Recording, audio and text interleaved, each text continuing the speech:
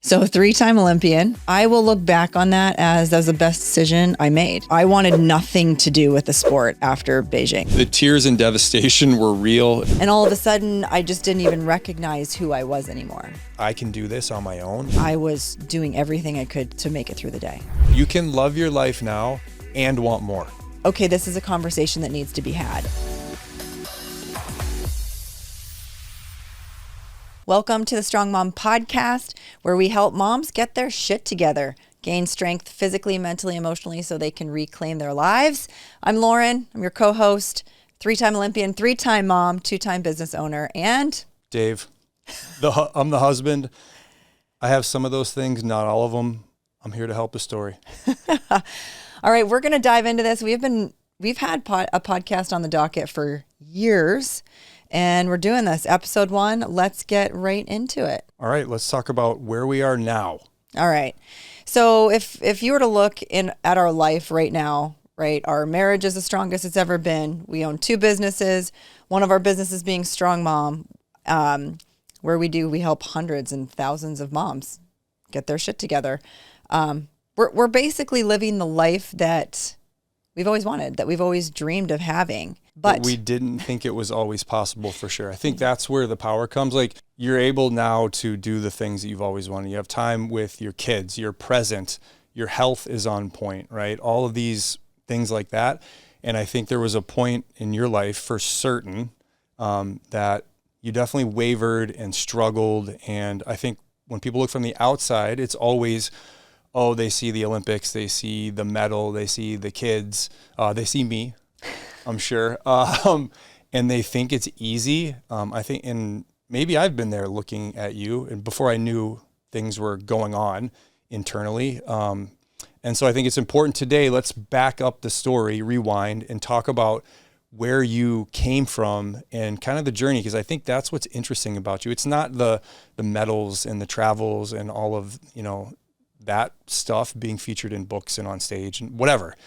It's the journey. So let's back up, rewind. yeah, I think one thing that unites us is we're all the same. I think we like to look at other people and say, well, it must be easy for them because insert whatever story you think of from the outside. But I grew up I'm going to go back into my story because I think that is really important. That's why I'm here, because you don't think that things are important or interesting that are essentially incredible. So go back to where you're from. Tell us about this little place that you came from. Yeah, so I'm from a teeny tiny town in Canada, proud Canuck, called Trail. I am so proud to be from Trail. If you're from Trail listening, just want you to know that it was the best place to grow up. I'm a daughter of Kelly and Dave. They had kids pretty early. So my mom was... How many people in this small town? Oh. Let's get to the basics that you don't even realize. Yeah, you're right. So 7,000 people. And a lot of people will come up to me and say, oh, I'm from a small town too. But I'm like, no, you don't understand. In order for us to go to a Costco, we would have to drive 3.5 hours. It's not like it's 7,000 people and then there's this huge metropolitan area within 30 minutes or even an hour. The closest place that had a couple 100,000 people was 3.5 hours away. For the sports parents as well, not an easy place to get a game. Right? Like, think about how much we all drive now when the next biggest closest town is 3 hours away. You're on the struggle bus for driving. You're on the struggle bus. We also had a lot of rec sports. I'll get into that on probably another episode. 100% yeah. You will. Okay, so you're in this town, 7,000 people. Yep. It's extremely blue collar. Your parents were how old? My mom was in high school. My dad had graduated high school when my brother was born. So I am the younger sister. I have an older brother, 3 years older. His name's Jason. And my parents started out, they would tell you themselves, because this is where I got the phrase from, behind the 8 ball, starting a family so young. My dad just started work. My mom hadn't finished school. Your dad was forced to start work. Yeah, I mean, he was, yeah, when you have a kid at 20, like, school becomes secondary. Yes. Yeah. He wasn't going, he was starting work to provide for a family. The beauty of how I grew up, though, I didn't realize that I had young parents. I didn't realize that they were any different than anyone else's parents. They were young and present and had energy and did all the things with me and my brother. They played catch. They took us to all of our sports. They did all the things. They were always there. When I think of the term showing up, they always showed up. And, I always say we didn't have a lot of things. We didn't have a lot of money, but my parents had they did have, I wouldn't say a lot of time. They both were working parents. Your dad worked overnight shifts. It's crazy. But the time that they did have, they gave to us. And they had a lot of love. And that was the household that I grew up in. I don't realize that not everybody grew up that way. I'm like, oh, doesn't everybody have a 990 square foot home when they grow up? Like, doesn't everybody grow up in this environment? Because it was filled with a lot of love. What's crazy is knowing your family now, and this is for parents today, like, you had that's your vision. You just laid it out. Your parents were stressed to all hell at times, right? Like, there were tears, there were fights, there were all of the things. You didn't pick up on it. And so it just shows you like what our kids actually see, right? Versus what the true reality is to your parents, right? And so providing that environment and being able to provide it mentally and focus on it for the kids, like, it shaped you for life, right? Shaped me for life. I think the other thing that shaped me for life, and it's funny, I never have thought of this until just right now. The one thing my parents were very good at was being very honest, but always with a possibility outlook. So whether it was... So what is possible? Yes, what is possible, but also honest. And it's funny now, that's where I want to live. I want to live with what's real, not what I think is happening, or I just want to live with what's going on. And now that we're talking about this, I'm thinking, my life growing up was very, very, it was positive, but not in a way that was built on... No, there wasn't fake bullshit. Like, it's better than it is. It's like the toxic positivity, which is another episode coming, I'm sure. But that's like, you didn't have to deal with the Instagram life, right? You didn't look at no one, like, your parents weren't trying to portray your life as incredibly like wonderful and easy, right? They kind of hit you with what it was, whether it was sports and telling you played like trash. Well, they never said that. In a kind way. In a kind way. For any sports parents out there, the way my dad always said it to me was, wasn't your AA plus game. He calls me Bozo. Boz, you had your C plus game today and you made it through. Or you had your C plus game today, and that's what happens when you have your C plus game and you show up against a team that's that good. But no, there was no... They were very much straight shooters, but there was always an undertone, always, of... all right, get back up and get them tomorrow, regardless of what the outcome was. Do you think like the situation that your family was in, a lot of times people now, and maybe we're in the situation now where, like, you can take a deep breath if something goes wrong. Your parents weren't in a position where financially or with anything else, like, there were thin margins. Yeah, backs were against the wall for sure. You don't have a choice at that point. But I think that makes it even more incredible, because oftentimes when our backs are against the wall, we get stressed. When we get stressed, we don't act. Yeah, for sure. We act a little crazy, right? I actually just did that the other day. I was a little stressed and then had to apologize. Days? Had to apologize to everybody for just being a little crazy. All right, so hold on. Let's restart. So you've got this environment that you've grown up in. Do you think you grew up, you played all the sports? Touch on that. Yeah, and again, I'm probably going to get to another episode as a mom of 3 kids in sports. But yes, my parents were very pro sports, not for any other reason than it was active, it was healthy, it kept us out of trouble. They loved sports themselves, so it was a common interest, right? My dad would say, hey, let's go play catch. Like, he loved to play ball. So it was something we could do together, and it had all of the angles that sports brought without the expectation that anything was going to happen. So you are how many time Olympian? So 3-time Olympian. Okay, so you only focused on softball, right? Because that's the way to achieve greatness, is to put in your 10,000 hours, only do that thing. People ask me all the time, just because I've been fortunate and worked my ass off enough to get to 3 Olympics. And, they said, when did you specialize in softball? And no one can believe it, because it's college. I was a 3-sport athlete all through high school, minus my senior year. I didn't play basketball because I had already signed a letter of intent to go play softball. So I was... Also because you couldn't make a jump shot. but I was a good defender. That's the other thing I think honestly is interesting as a parent now. Like our kids all play multiple sports. We want them, like there's an expectation almost. It's natural for them to want to be good or great in all of the sports. It's okay to not be as good in the other sport, but still play. You're getting all of the benefits of the team, and there's different angles and different attributes that you develop in playing other sports. Like basketball, you're moving laterally, you're explosive.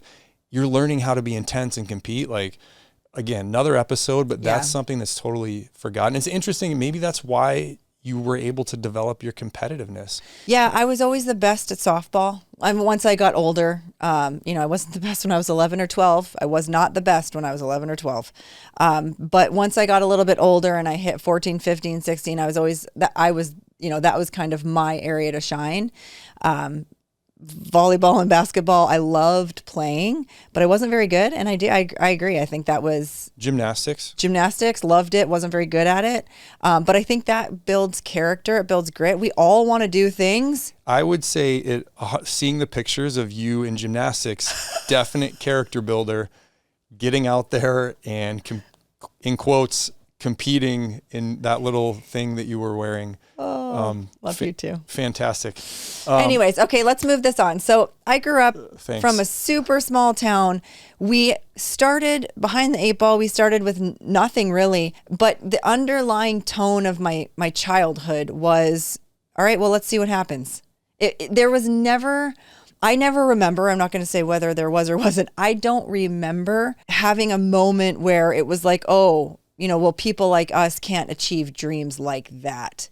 Fun fact, this is, I think, why I'm here. So this little town of 7,000 people, Trail, BC, I think I've checked because I find it fascinating. And I'm from Akron, right? We have our share. We have a good basketball player.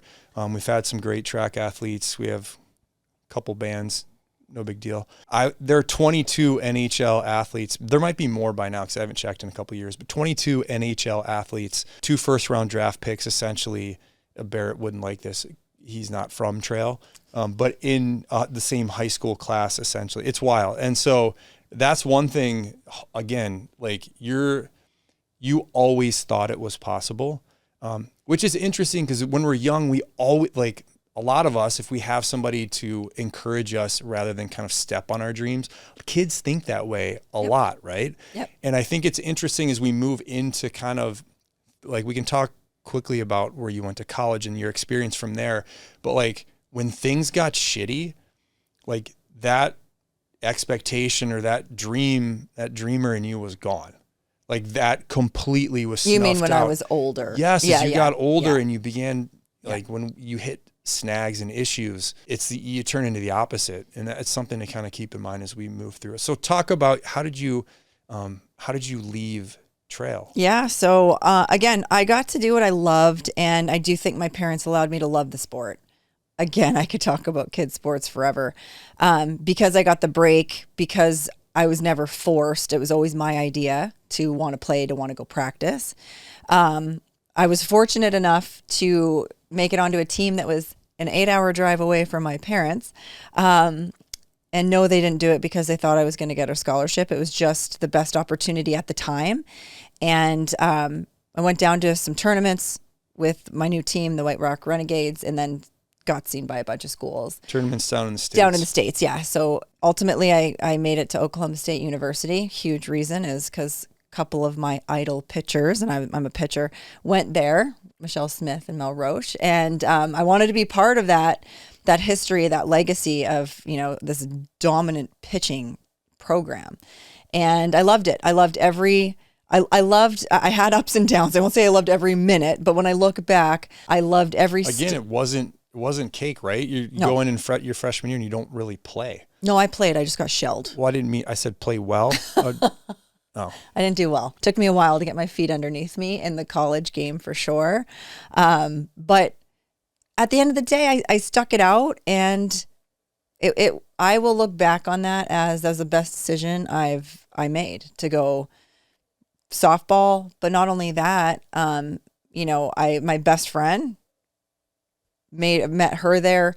Great people. Like there's there's a lot more to life than sports. And I was able to live that college life and feel comfortable and safe with just amazing people. Every time I go back to Oklahoma State, I forget how awesome it is there. I can vouch. Yeah. Having gone back, a little different college experience than Dartmouth, but amazing, super cool. So you leave Oklahoma State, that's right about Olympic time, right? We can't even say lucky. Like Olympians aren't lucky. There's a bit of luck involved maybe in staying healthy and doing some things like that, but it's work. And it is. When I think of luck in Olympians, I honestly just think of timing, because it's 4 years, right? So if you happen to be on the cusp and then all of a sudden 4 years go by, that's a big gap. But yeah, I believe we all create our own luck, whether it's sports, whether it's our life, career, business, whatever that may be. Yes, whatever that may be. So yeah, I was training for the 2004 games in Athens, and I had been on Team Canada since my first time was in '99 with the junior team, and then I had been on Team Canada for a couple years. All right, so you spent a lot of time. You go to the Olympics. I think it's fascinating because you were how old at the time? 23. That's what I said. I think you were on the young side of 23 because we met shortly after, but you were, and this is the old school. I think there'll be people that can relate to this, and I'm not sure people do this anymore. You left Athens and basically backpacked around with your teammates without cell phones, without communication home, like all of that stuff. And that's, I think, a common theme I think is amazing in your life. Like, and maybe it hurt you later, actually, as I talk about it. Independence. Yeah. From the time you were a kid, you had free time. Your parents are working overnight. You're taught, and your parents led the way in that, right? They had to show people, like they were behind the eight ball, right? And in a small town, people talk, and it's not always nice. And so they probably didn't give you much of a chance. So there's that I'll show you attitude, like I can do this on my own, like F off. Yeah. And so I think that just from knowing you, that's a little piece, and that you take that to Oklahoma State, you go out on your own, you go to the Olympics, you're traveling internationally from a town of 7,000, and then you're in Athens, and then you're in Germany and Italy by yourself. And the stories are, there are moments where I'm like, yep, you're from a small town. Like when I hear the stories of some of the things, some trust factors there, which is great. Yep. But that independence, keep moving forward.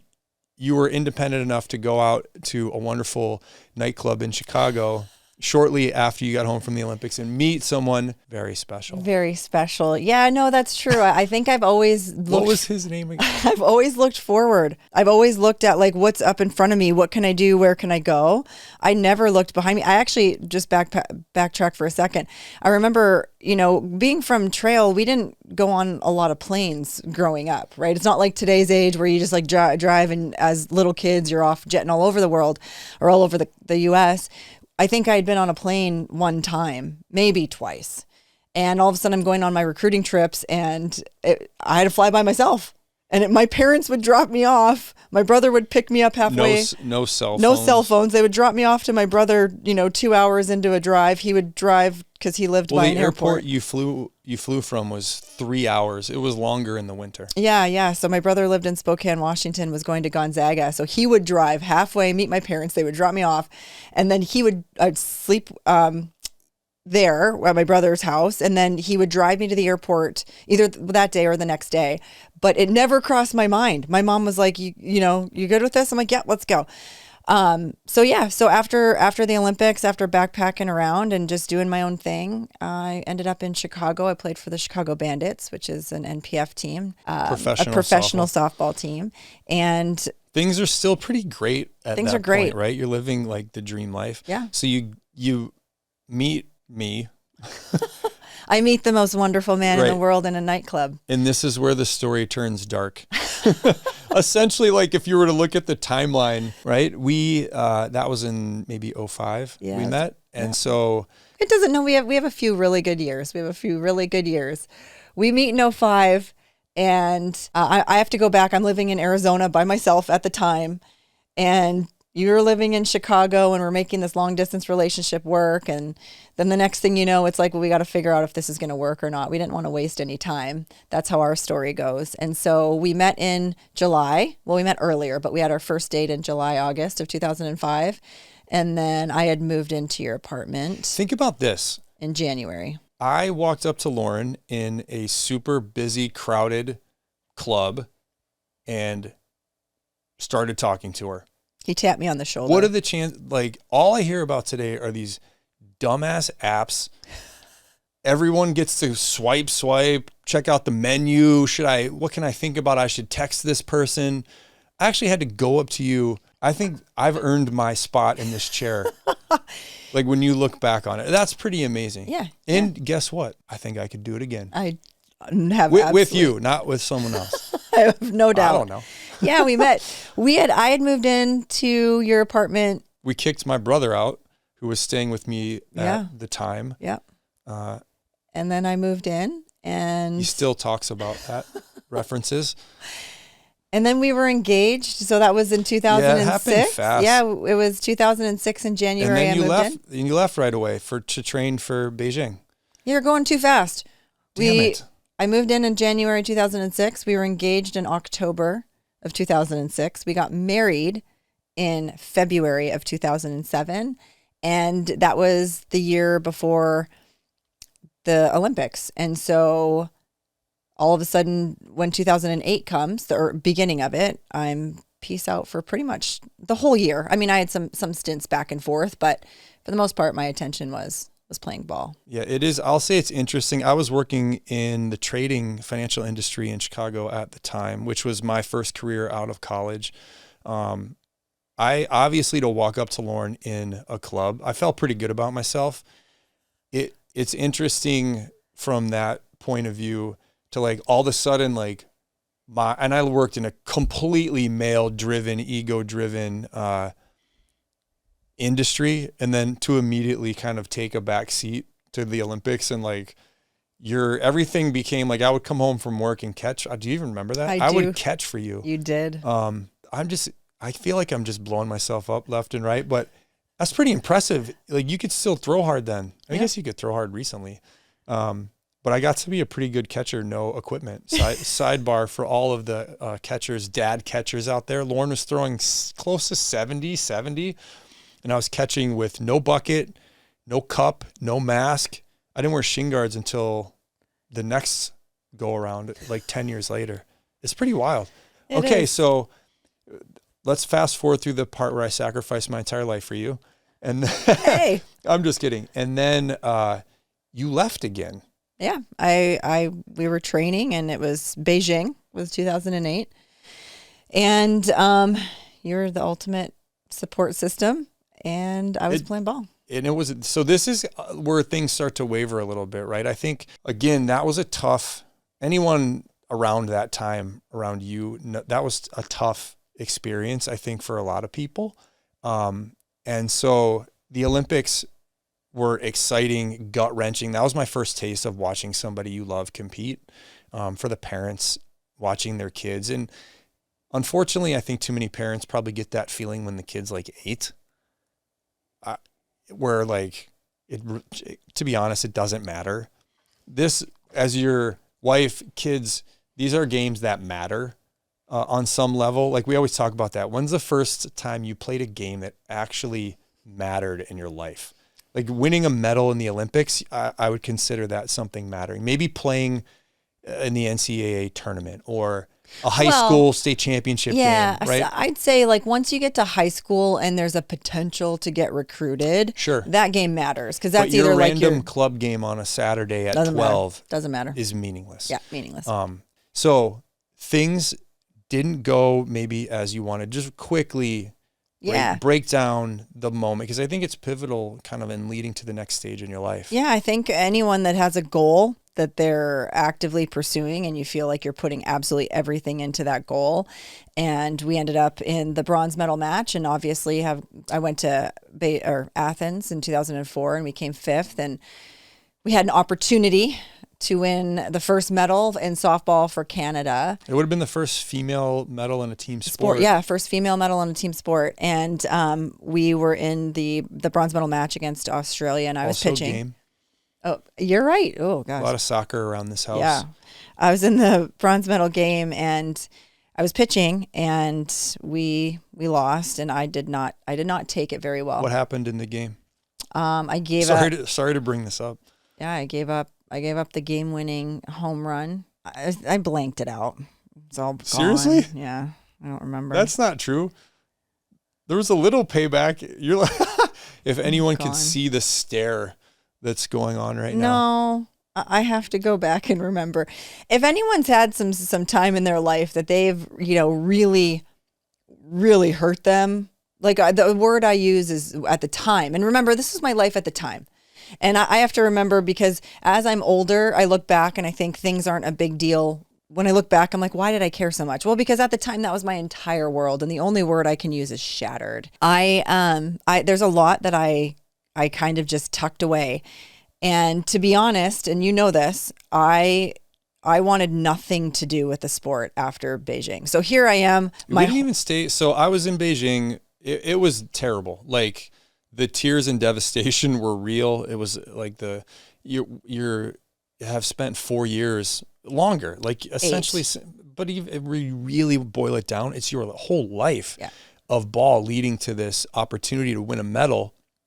And not only are you personally disappointed, you're on every TV in your country. It's the world to see, right? Everyone sees that. And I know you don't think about it at the time, but it's huge. And to see, you were devastated. Like there's that certain picture of you with your hands over your head, just bawling your eyes out. But that leads, like, we left. We had a vacation planned, and I think you skipped the closing ceremonies. It was just like, peace, I'm out. I can't do this. And so we went on vacation and got home, and the ball glove went in the closet, like, legit.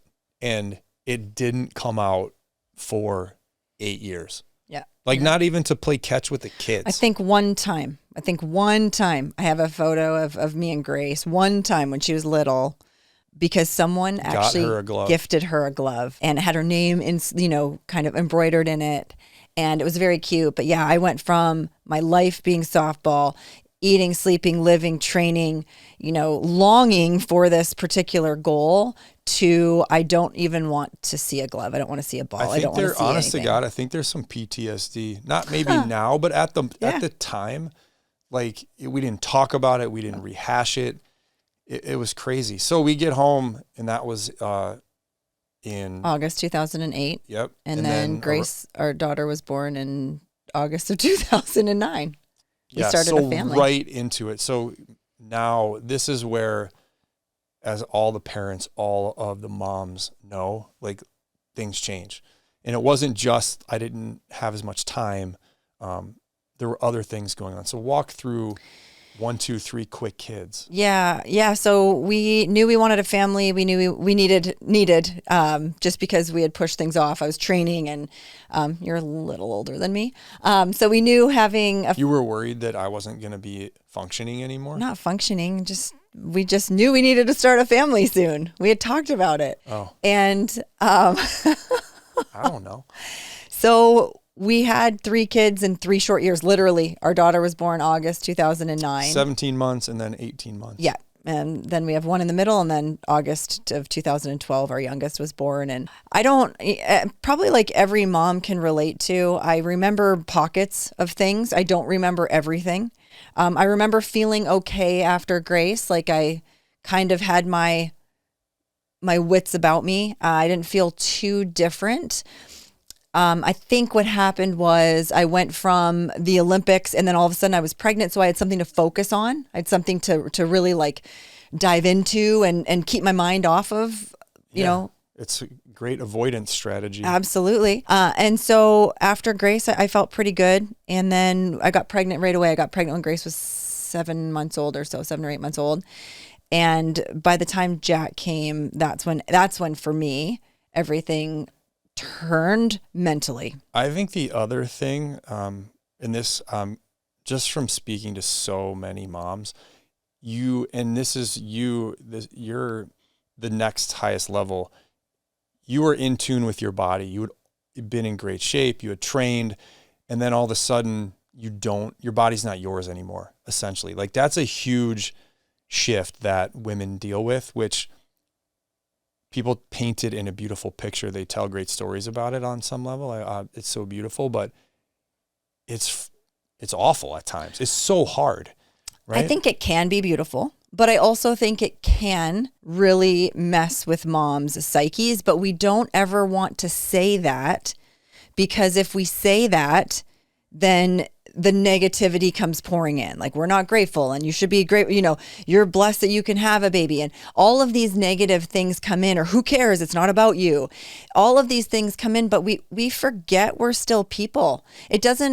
I always think of it in terms of, we just want to feel like ourselves. It's not like we want anything more. For me, I didn't want anything more than what I was. I just wanted myself back. It's the only person I knew until I was 28 years old. And all of a sudden, I just didn't even recognize who I was anymore. That's in the mirror. That's the things you were saying, the thought patterns. It's not just your body, right? No. It's all of it. And I think it's hard. And I didn't realize what was going on with you. And I know you had no idea. No. Other than something wasn't right. Okay, so you start feeling a little bit worse. Everyone you feel worse, right? Yeah, and I think part of it also is when you add a kid, right? Like being pregnant with two kids who need all of your attention, want no part of their dad. That's true. They've pivoted recently. Yeah. Thank God. But like that's just another stressor. You had 2 years of no sleep. Like that all builds in. And so you already feel like shit. And then that's the hard part. The hardest part as a mom, I'll say as a mom, because that's the only person I know how. I'm sure it's the same for parents in general. But as a mom, you don't know what's normal. You expect to feel shitty because, of course, you feel shitty. If you just had a baby and you have no sleep and all of these things are going on. So there is no baseline of like, when do we pass the level of, okay, this isn't right. Like I kept thinking, I've heard of the baby blues. This must be it. Everyone feels this way, but it just didn't get better. And all that dialogue's internal. Yeah. I never said a word to Dave. Ever. To anyone, right? Not your friends, not anybody. No, I do recall you walking in the door from work multiple times where I basically just said, they're yours, and I left. I do remember that a couple times. I think you still do that sometimes. Okay, so walk through Mr. William, number 3. Yeah, so we have a daughter, Grace, and 2 sons, Jack and Will. And no, we were not fans of the show Will and Grace. We just like the names.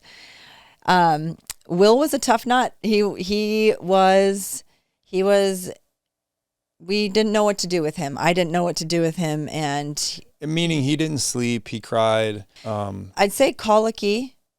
Probably some allergy type things. We never really figured it out. We couldn't figure out how to comfort him, to console him. And I think at last, anytime it would be like, okay, he'd be down. And I remember this. I actually remember this exact episode. I sat down at dinner and I thought, oh, finally. And then it started again. And I just was like, I was at my wit's end. I mean, legit. So what do you think was going on with you internally? I don't even remember. All I know is Grace was 3, Jack was 1.5. Will didn't stop crying. And I was doing everything I could to make it through the day. When I say make it through the day, I'm not exaggerating. Like literally, it was just, I didn't know what to do except, what is the very next thing I can do? I remember I thought I broke my hand multiple times punching things. Like I was losing my mind. I think because you didn't talk about it. You didn't know 2 things. You didn't know that it was normal on some level to be frustrated and feel terrible. But then on the next level, you didn't know that it was really abnormal, the depth that you felt, right? When you talk about punching things and smashing things in the anger, to me, that those are the things that later were indicators of like, okay, once I was around more, maybe that's when we shifted careers and things. I was around to see it. Yeah. It made it a lot more evident that like something's not right with this. This isn't you. So but it's hard because, and you're doing something you've never done. You know, I always joke that they tell you the size of your baby, you know, all the way through pregnancy. And then it's like, here, they have fingernails at this time and they have hair at this time. And this is what's going on. And then you go to the hospital, you have a baby, or you have your baby at home, wherever it is. And then they're just like, okay, see you later. Like there's, you know, and there's the books, but nothing can prepare you. So I had no idea. I just assumed everybody felt this way. For sure. And do you know how you find out that they either do or don't? You talk about it, but I wouldn't, because as a mom, when you say things that aren't always positive, you know, I remember walking down the street and our neighbor at the time, it was with Grace. I was pregnant with Grace. I was walking down the street and then she's like, oh, so when you do, I said in about a week. And she said, oh my gosh, I'm so excited for you. You're never going to love anything more than you love this baby. And I had a very difficult birth. That's offensive to me. And I had a very, very difficult time connecting after. And that moment, I remember thinking, there's something wrong with me. Oh shit. Yeah. Like I didn't have that immediate connection. I literally needed time by myself after that birth, and talk about a struggle. So and it only got worse after number 3. Yeah. And it got darker. And so let's jump to the next, well, 2 things. It's this good touch point because we talked about it in the beginning. Your fierce independence. Mm-hmm. I do it. I can do it all by myself. You can do it all by yourself. Quickly, like that, you not saying anything, I think was a reflection a little bit of that mentality. Like It's an athlete's mentality. It's a mom's mentality. Yep. And it's somebody who was raised like you. Well, it's funny. Speaking of Chicago neighbors, I remember another neighbor said to me, oh, I'm so excited for you. I mean, we lived on our street was pretty tight knit. We knew a lot of the people who were on our street. And she said, oh, are you going to get help? And I was like, no, I'm not going to get help. I got this. And she looked at me, she goes, why? So you can put on your headstone that you did it all by yourself? And I was like, yes, that's why. Because I can do it by myself. I don't need help. Look where it got you. Yeah. So the next milestone, reel it back in a little bit. 3 kids in 4 years. You're at this point. 3 kids in 3 years. Essentially, okay, there we go again. Deeply moving into a deep depression, as we found out later. So the best thing to do in that situation is to uproot the family, move somewhere where you don't know anyone, and try and restart from scratch, which is what we did. Also the worst idea.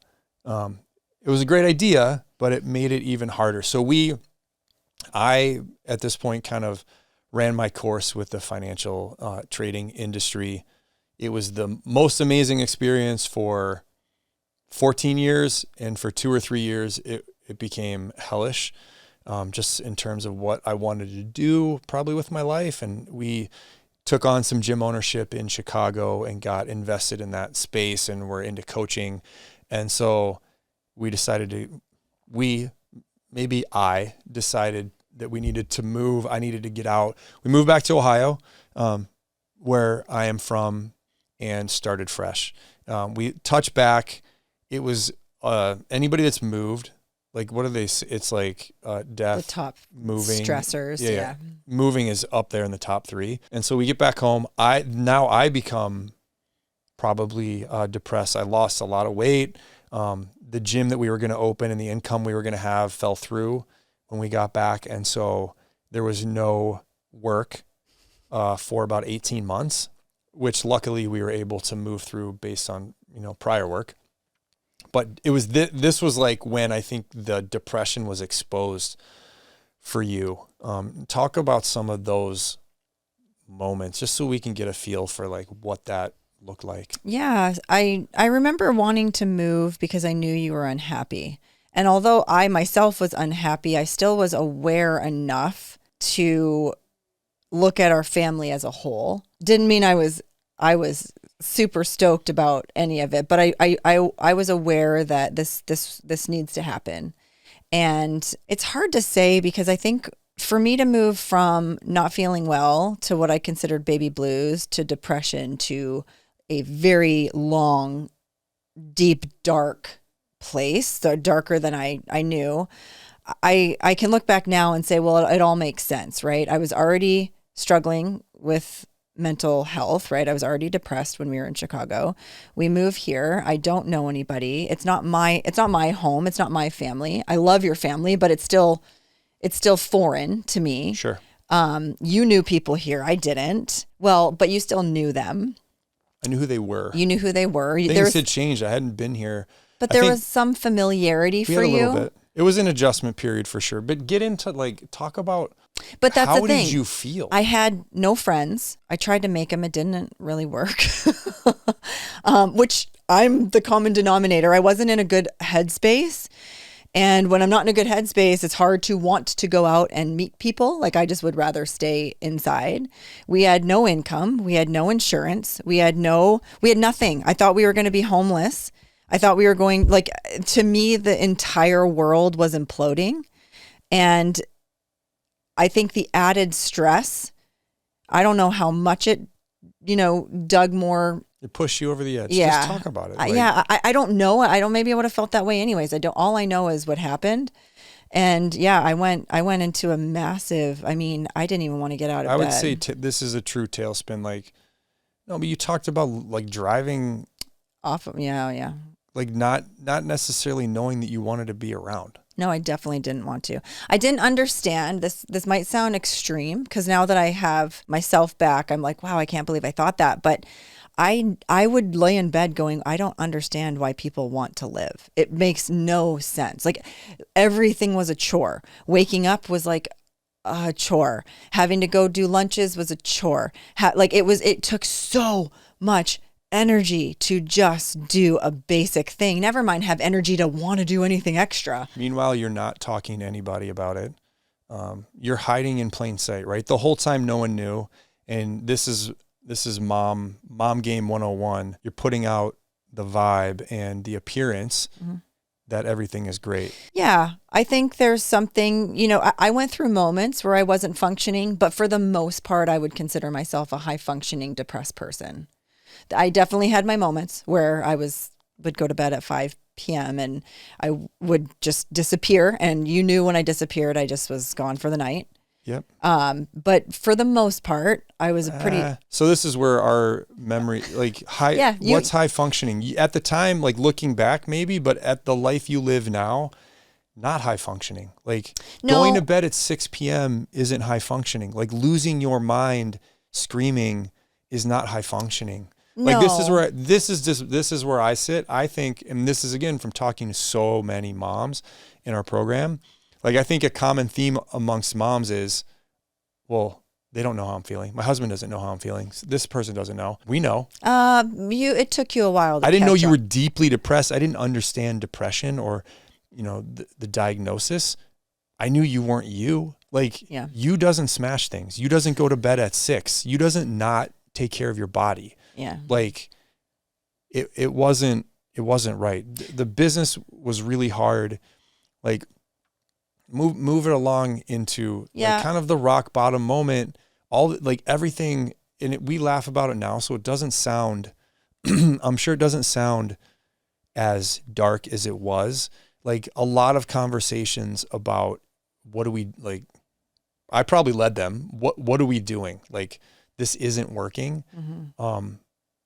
And then I felt like, this is just me. I felt like I was dragging, pulling you through a lot of times. And I was ever not going to do it, but it became heavy for sure. You were a heavy lift. I don't know how else to put it, but I remember specifically we ended up in we did sneak away. We tried to do the things, right? We tried to get away. We went to San Francisco on a vacation. We met my brother there. And one of the things we've always wanted to do is go to Muir Woods, right? So we get to Muir Woods and it's this unbelievable idyllic day. Anyone that's been there knows. We're hiking and Lauren didn't say a word for 2 hours. We have a picture of the day. Everything's, I didn't realize until afterwards, like you talk about it. You probably have a different perspective than me. All I know is I was having pretty much a panic attack. Things were very, the way I would word it is just, this is very wrong. Something's very wrong. I didn't want to be there. I couldn't breathe. I just kept staring at my feet. I was just like foot, step, step, step, like over this thing, step. And it was just like, I felt like the world was closing in on me. But like the way physically, but the way I describe it is, it wasn't because we were in Muir Woods. I would have had that feeling anyways.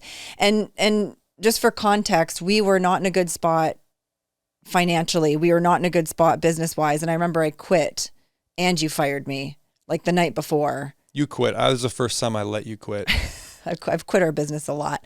Not this one, the old one. And yeah, I just like felt like I couldn't do it anymore. I was exhausted. And I think that I wasn't able to pretend anymore. I wasn't able to try. I was done. I was done. Essentially, you had been acting in a one-man play for 6 years in a row. Yeah, I always say that I could probably show up every night and put on the performance and every day. That's what I say when I'm high functioning. I know I wasn't at home, but like when we own a business, I have to show up. I was the face technically. We were together, but I was out there and I was coaching and, I have all the smiles and like, be healthy and then I would come home because it would take every ounce of energy and then I'd be done. But I was able to at least go do that. And I think I hit the spot where I just was, I couldn't do it anymore. I was exhausted. Yep. So essentially that breakdown from the hotel in San Francisco, I called and made an appointment for your therapy, your first, and this is something that I had tried before. Even when you found out about me asking about it, I lost my mind. You lost your mind. Lost it. It did not go well for me. But it was like the final straw. Like it was truly rock bottom. I think when I found out that you had thought about like not living anymore, like those were where I started to get worried. I had experience with suicide in my past, with a best friend. And so I know it's a serious thing and to charge into it and address it rather than sit on it. So I think that was one of the things that was like, okay, we're not fucking around with this anymore. Yeah. And so let's talk about the road back, because like we started off with this life, you've got businesses and kids and you're happy and you're healthy mentally now and strong and leading again. And then you arrived at this rock bottom place. How did you come back? The first thing I'll say is I don't know, but I don't think, because I can't predict a path that I didn't take. I don't think I would have been able to if you were really my advocate to start. Like I couldn't be my own advocate. I couldn't make a therapy appointment. I wouldn't do it. I was nervous to call, fucking couldn't even order pizza. Like I wasn't in the right mind to get help. And so you were the lily pad, I think. The tug. I'll be your lily pad. You were the tugboat because I was not doing it. You were like you were dragging me along. It's better than lily pad. Well, I'm thinking like the next step, something that wasn't very hard for me because you essentially did that work. I wouldn't go to the doctor. So you called a phlebotomist. They came to our house. It was 7:30 in the morning because I would not leave the house to go get my blood work done. I just wouldn't do it. That's the space, the head space that I was in. And I remember losing my mind after you call in the therapist because we live in a small town. And I was like, everyone's going to think I'm crazy. Well, actually, no. Now everyone's going to know I'm crazy, which is different because I knew I was crazy. I knew by that point. Like after seeing some of the episodes, like it honestly, it was a bit dire. Like yeah, it was bad. And I think I knew that. I think again, I'm trying to recall what I felt in the moment, and it's hard, but I believe that I knew this is really bad. Like that was part of the reason why I was willing to go was there was no more space for me to just flail. I was at the end, done. Like it was either something very bad was going to happen or I go get help. And for anyone that's ever experienced depression, I've written about it before, trying to capture the words. It's very difficult to explain. And if you've never had those feelings, it's very difficult to understand. And that's one of the reasons why I didn't want to share how I was feeling, was because when I said the words, even the words in my brain, I'm like, unless you know what this feels like, it doesn't even sound like it can be real. And so that's part of the reason. And the other reason why it's difficult to share is because even though I was disconnected, I was empty, I didn't have any feels whatsoever, I still understood on a logical level. Like, I knew that I had this amazing life. I knew, even though I couldn't feel it, I had this amazing husband, these amazing kids, and I didn't want to cause you pain. I didn't want to cause the kids pain. So why would I share something so dark when all I knew was it was not something that you would want to hear? I'm trying to do it to protect you and me both. That was kind of my thought process. And the only thing I can say is there's a million angles as to why I personally, and I'm sure other people, can understand this, why we keep things to ourselves. I went on a tangent there. What was I talking about? Well, that's a FOPO piece, right? No, it's not a FOPO, it's not a FOPO piece. It's, I acknowledged at that point that if I didn't do something, I was out of options. But you were the one that got the ball rolling. And I will never forget, I went to therapy. And I remember sitting on her couch and I was like, everything's great, shipshape, got this great family. I spent 3 sessions explaining to my therapist why my life was awesome. It was just what I did.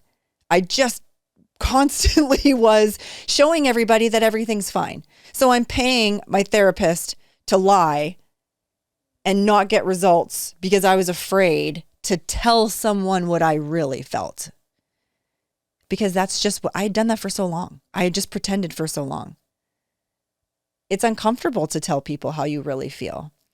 But it wasn't until I shared, and I'll never forget it, I didn't necessarily get better. And I say that in quotes. I didn't necessarily get better after my first honest therapy session because anything magical happened in that moment, except I remember sitting on the couch, she had a couch, and I just kind of went, oh, I don't have to do this by myself anymore. Like, it felt so good not to hold everything that I've been thinking and feeling in. Like, I just set it out and I was like, that felt good. That felt really good. Now I've got a lot of work to do, and I knew I had a lot of work to do, but it was the first moment that I remember thinking, this doesn't feel as heavy as it did. It's a little bit of the moment we talk about with the moms, right? It's like you're driving on a trip and your windshield is completely caked in dust and dirt. You can't even see where you're going. There's no way to drive. Like, the first step is clearing the windshield. Yes. You have to clear the windshield to be able to see a path forward and to take the weight off and give yourself the ability to drive a little bit. And I think just opening up and being honest, like, that's the foundational piece. Like, we can talk about work that's foundational in therapy and hormones and whatever physical things and mental training. But like, unless you're dead ass honest. Mm-hmm.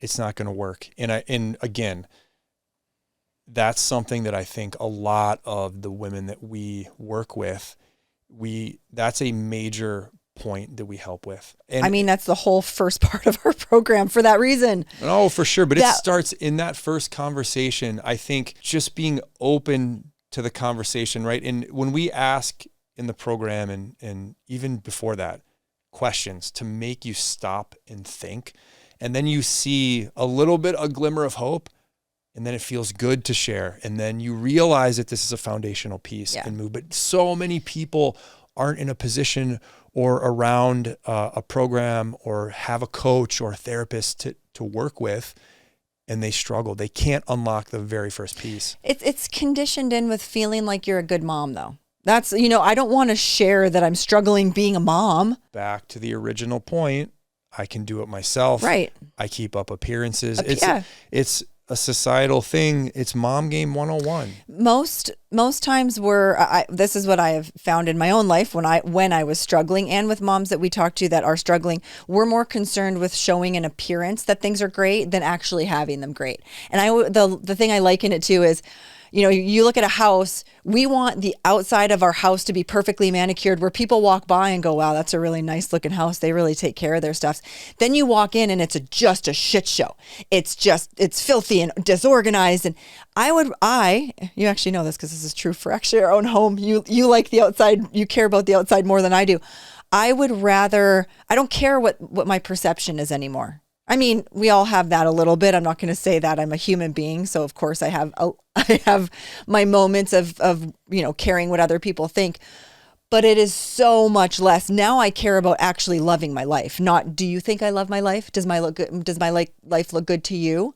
It's no, what can I do today so I can peacefully put my head to bed at night going like, I fucking love my life. So why don't we talk about the things that got you there? Yeah. Let's get into it. Get into it. We're just now getting into it? Yeah. Oh, okay. I thought we've been into it. No. So therapy for me was step number one, being honest, being completely honest, raw. And, I know people love the word vulnerability right now. It's an in word, but I think it matters. And I needed to first be honest with myself, because I would trick myself into saying I'm fine, everything's fine, this is normal. I had to be honest with myself first, and then I had to be honest with the people that were around me. Were you, as a question for you, and I don't know if I've ever asked you, were you surprised at the acceptance? Like, were you worried that I wasn't going to be around, or I didn't have time for that? Like, when you come clean with these are the thoughts I'm having, I feel like complete shit, I know I'm not available. Like, were you worried at all that it would change our dynamic? I would pull back? I don't think I was ever worried that you would pull back. I don't think I was ever worried I would lose your support. I was more worried about me coming across as super weak. I was more worried about that, because you've always been supportive. Again, probably goes back to the story that we told about going to the Olympics. Like, you've always been supportive. I've never, and I'm very fortunate.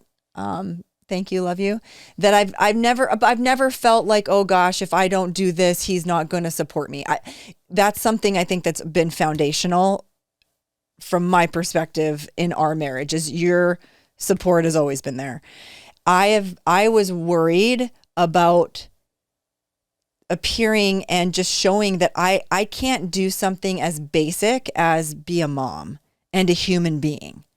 And that to me was a weak state. And it was more so embarrassing, to be dead honest, than anything. Do you think part of that was based on like being a high performer athlete, right? Any weakness, like, that's not something that was a part of you. That and as a mom, I remember having this thought. I would be not mentally well, losing my mind, punching things. Like, I remember taking those baby blankets, and I was hitting a chair, and I was losing my mind. You were at work at this time.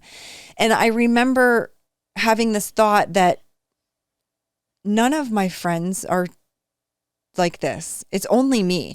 So it's yes, the athlete part, but it's also, there are billions of moms out there. I can't do this. Like, this is what everyone seems to be able to do and do well, right? We look at other people's lives and we think, wow, they've got their shit together. I'm a freaking hot mess. So it was the athlete, but it was also the basics of being a mom. That to me was embarrassing. I'm sitting here going, how can I not figure this out?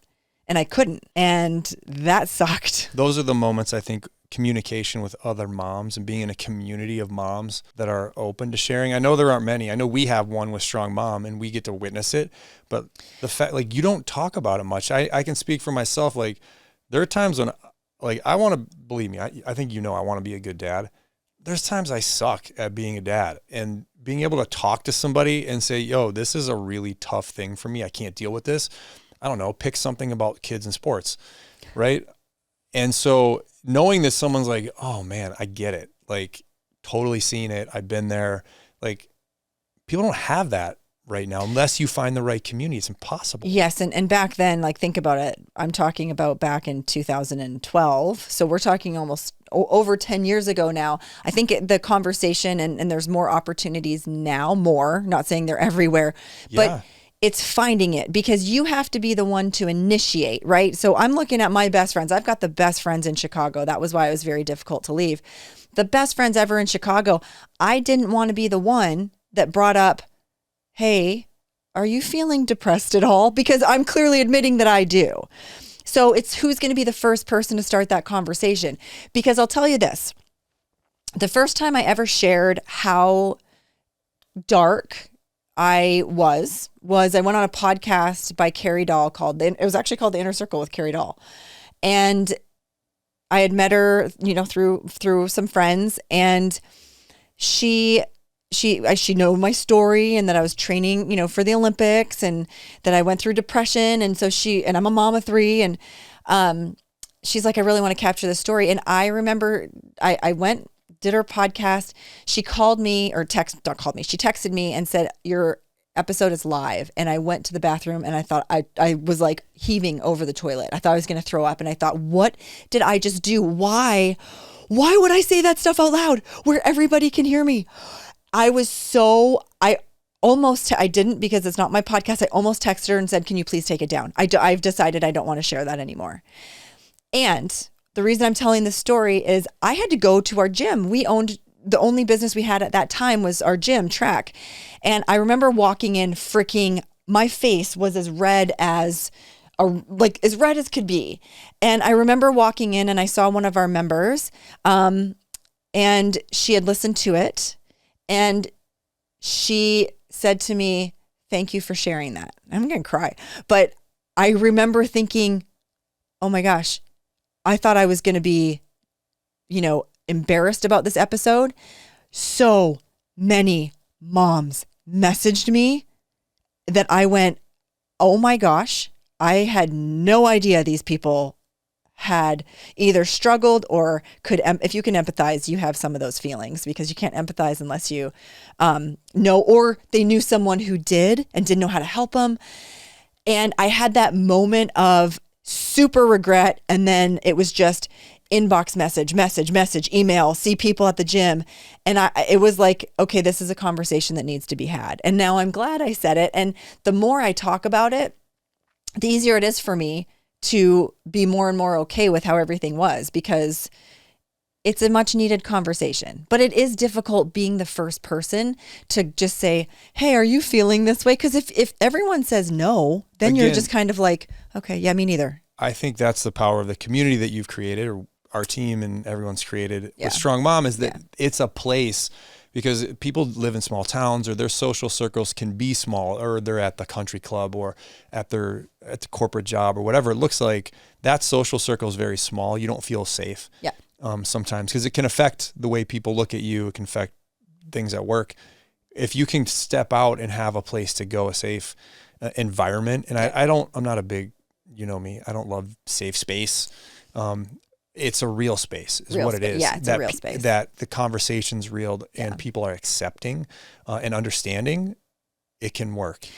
So hold on. Yeah. I know you want to go somewhere, but I want to you haven't gotten into what the actual things that you did were. Yeah. Yeah. Like, so we started with therapy. Yep. Therapy. I went and got my blood work done. And when my blood work came back, it was pretty jacked up in terms of my hormones. What I'm attributing it to is having 3 kids in 3 years and never really recovering back to just my normal human functioning body. For sure. I went to 3 different doctors, and every doctor was they couldn't understand how my levels were so off. And I didn't have other symptoms besides mental ones, right? Like, I wasn't overweight. I had a lot of muscle mass for a woman. There are all these little things that you were terribly lethargic.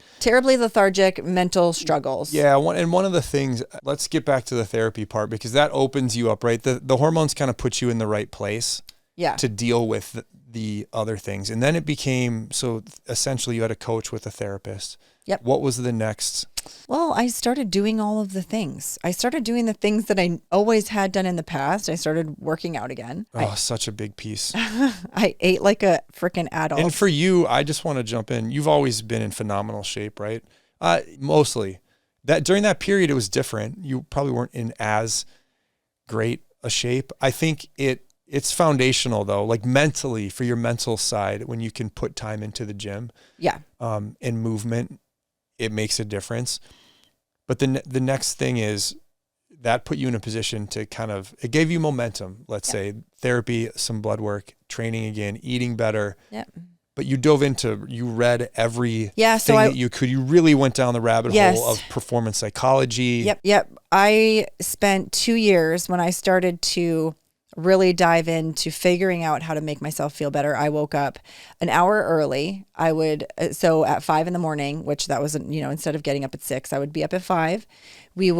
I would go to the basement. We have a treadmill in the basement, and I would walk 2 miles, and I would listen to certain podcasts or certain books. And it just got my day started off on the right foot.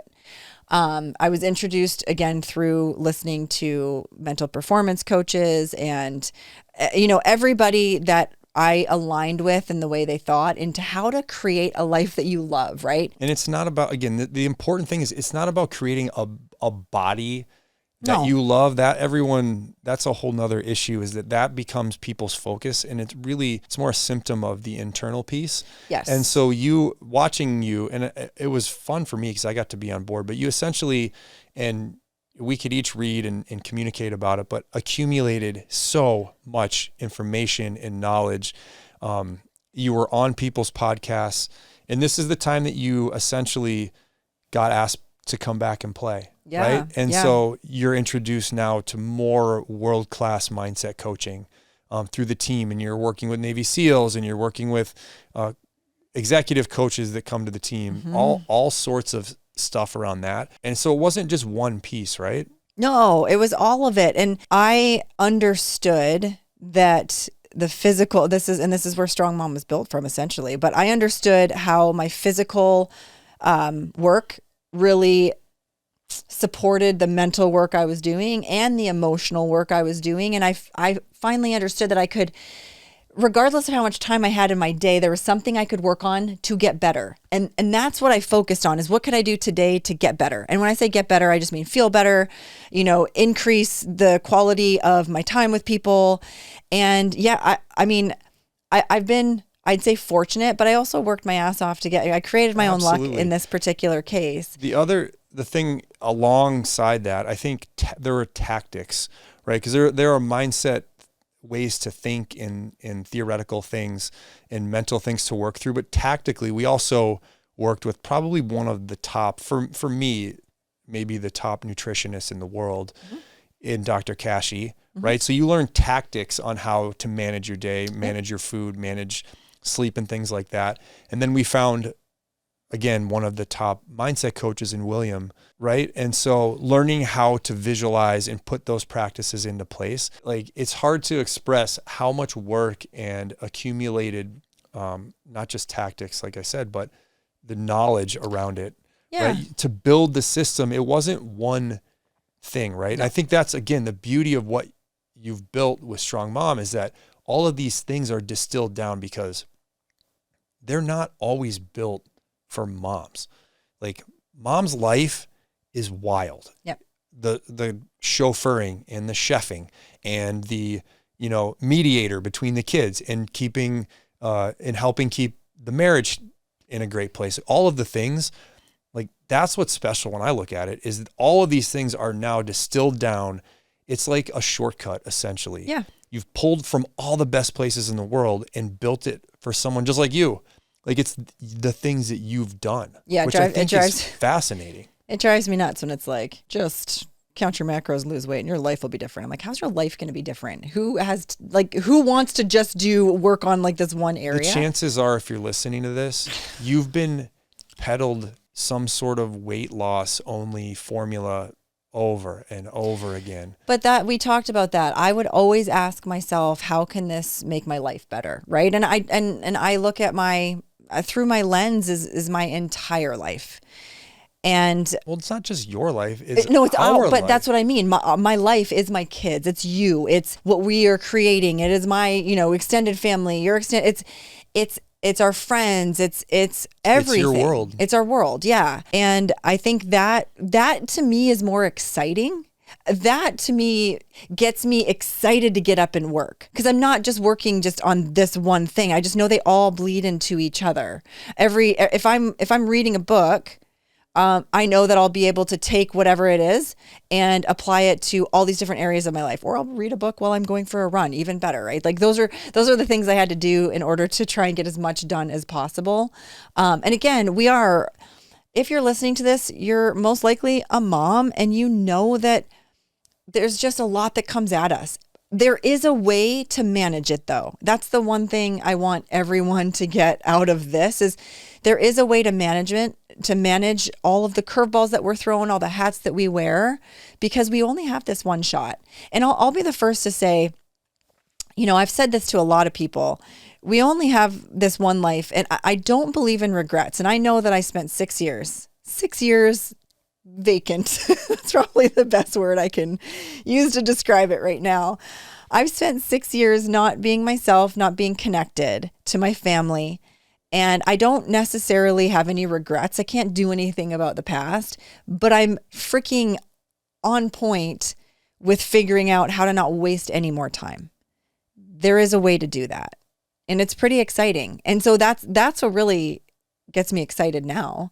It gets me excited when I see our moms go, oh my gosh, like I did this. I spent time with my kids. We made this new cookie, and it was the most amazing memory. And, there's a huge smile on their face. And, 4 months ago, they told me that they have no time to do anything. So there is a way. It's just, it takes work, but the work's worth it. Not always easy, but always worth it. Yeah, I think the hardest part from speaking with all of our moms over the past few years is getting that initial moment in the beginning when they can just say, you know what, it's not what I want. Yeah. And feeling that it's okay to say that. I was going to say that. It is okay to want to have an amazing life. You can love your life now and want more. You can love your life now and want more. There's nothing wrong with that. It's like, you can also think your life kind of sucks right now and can be better. Yeah. Like that's the other thing. Like the reality is like we all go through troughs, right? Mm-hmm. Like I would say like for us, there were times in our life, it wasn't great. Like walking down the street, yelling at each other. Like that's not great, right? It's okay. It's not a pretty picture. It's not a happy ending. It's not ice cream and rainbows. But it was needed.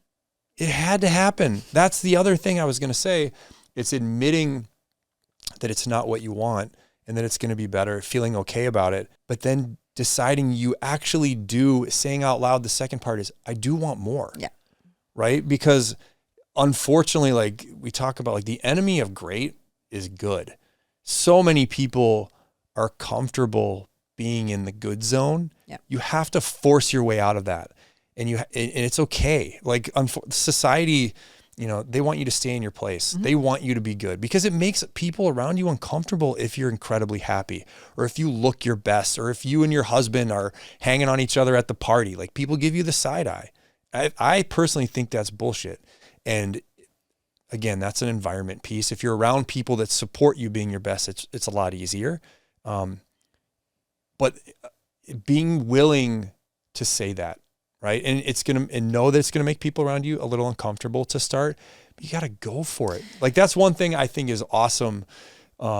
We have fought and struggled, and we did this whole thing where you broke things and I probably yelled. I broke a spatula. Your favorite spatula. It was a bummer. Huge bummer. Big egg guy. And so when I can't make eggs with my favorite spatula, it's kind of pisses me off. But like we fought and we got through, like and once you get through a little shit, it's easier the next time. That's the cool thing is now I think we're at a point where like I told someone yesterday, like when we know we have to hash something out, it's like, all right, let's do it. Let's yell for a little bit and then it's better. And we don't hold grudges anymore, which is, well, okay, sorry, I'll speak for myself. I don't hold grudges anymore. No, we like get it. We move on. But here's the beauty of that though. The more you practice something, the better you get. So you practice tough conversations, you get better at tough conversations. You practice working out, you get better at working out. You practice, reading 10 pages a day, you get better at reading 10 pages a day. We practice a lot, but we don't, well, I'll speak for myself. I don't expect everything to be perfect. My definition of success is I'm better than I was. And I'm continually, and then if in a month, 2 months, a year from now, I'm better than I am now, that's success. I still have bad days. Like I just said, I just had a moment where I had to apologize to every member in our family for not showing up my best. And I was extremely stressed and I did not handle myself very well. Doesn't mean I'm not going to have those moments. I did. I picked our daughter up from volleyball practice with a peace offering of a pulp smoothie and some peppermint. I think I told you were acting like a prick. You did. Yeah. And I was. The point though is I can look and laugh, and you actually said to me today, because that was just yesterday, it's nice to see you have some self-awareness again. What I did is I've shortened the window of my prickishness and my coldness and my craziness. I've shortened the window. It doesn't mean I don't have them.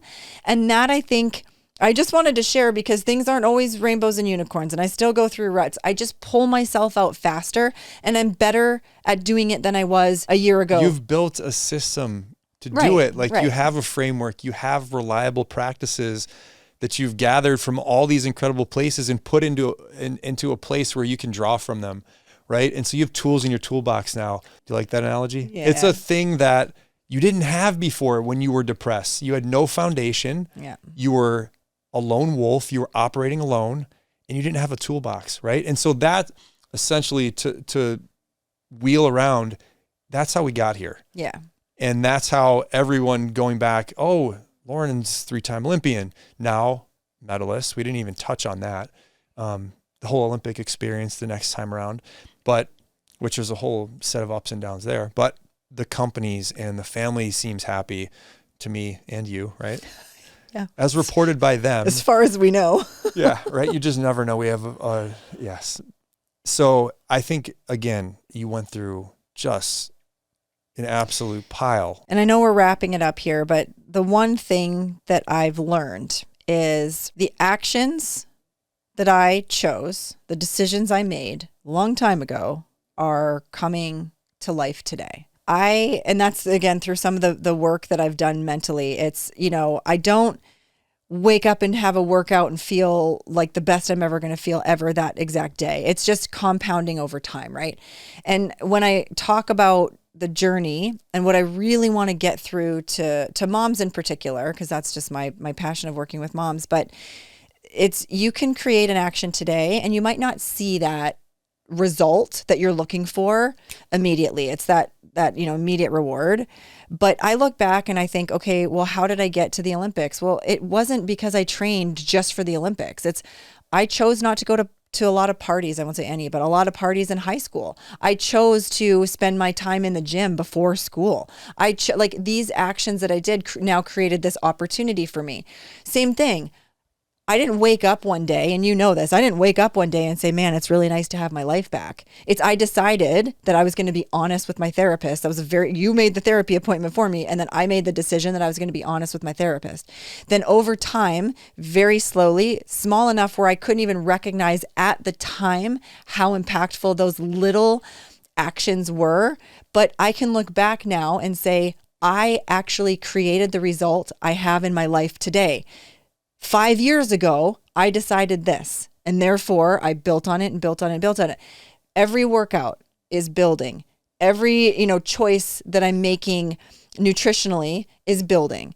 Every choice that I make to not skip, but actually do the workout when I really don't want to is building. Every time I do make a decision, it's setting me up. And I can look back and say, oh, okay, I see the decisions that I made that created the results that I want. And I also see the decisions that I made, such as I don't want to go ask for help. I don't want to go say what I'm really feeling. That also created the reality that I had later. And it's empowering to know that I actually have more control than I've ever given myself credit for in my life, in creating the life that I want.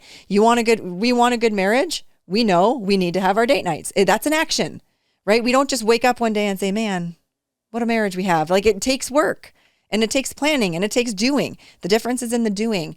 And I think that's something that I want to really, as we especially go through these podcast episodes, and as I share with the moms that we work with, I just want them to understand they have a lot more power than they give themselves credit for. It's just, it might not show up right away. And that's very defeating, because it's like, oh, I went to therapy and I don't feel better. What's the point? Don't want to spend the time, don't want to spend the money.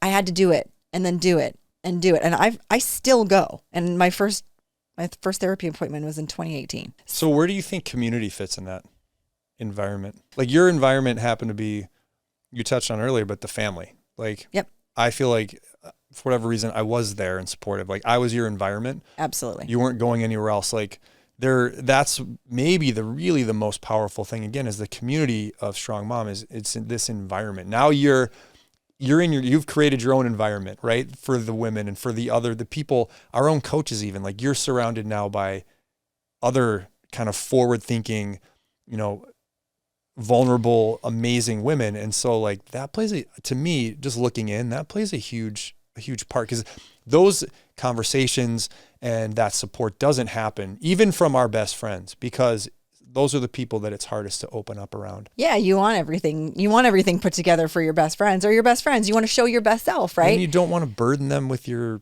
crap. Yeah. One of the things I say, and I think it was a James Clear quote, I don't know if he got it from somewhere, but environment is the invisible hand that shapes you.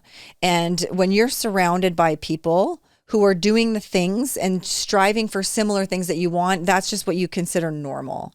So when I'm around people who are just saying, here's this shit sandwich of life that I have, it makes me feel more comfortable in sharing the shit sandwich in life that I have. But it also shows that they're doing something about it, right? That's the one thing that in our community we're very, very particular on, is we're not just like a venting, like post and ghost. I puke all the negative stuff and then leave. It's like, no, we're going through this tough time, or I'm going through this tough time. What can I do to get better? How can I get better? So I just think it's being around people who are willing to be honest, being around people who are doing the things that you want to do, working out, planning, creating a life that they love, and supporting and encouraging is, it's either gonna, what do we say? It's either gonna support or deny whatever goals that you're going for. I think I should do a whole episode on that. You should. So we will have more episodes coming. It's time to wrap it up. Yeah. You've said it all. I probably said too much. It's perfect. So that essentially is what got us to this point. Yeah. Not enough time to really get into the details, but I'm sure we're going to share more down the road. I appreciate everyone showing up to listen. Make sure. Yeah. Thanks for listening. We subscribe on YouTube. We download episodes. And if you are kind enough as we build this thing, it would honestly mean a lot to both of us if you would leave us a review. That's the only way to get the word out. Literally click the old 5-star wherever you're listening and say how wonderful it is to listen to Lauren and how funny I am. It will help spread the good word. Yeah. And as we go through more episodes, if you think of a friend, please share it with a friend. We have a free Facebook group. It is called Strong Mom Physical, Mental, and Emotional Mastery. Feel free to find us there. And at Lauren Regula. Yep, on Instagram. So I'm going to be sharing more tips and tricks. We're going to get into more tactics and things to help you in your life along the way. But we definitely wanted to set up Strong Mom and let you kind of know who we are.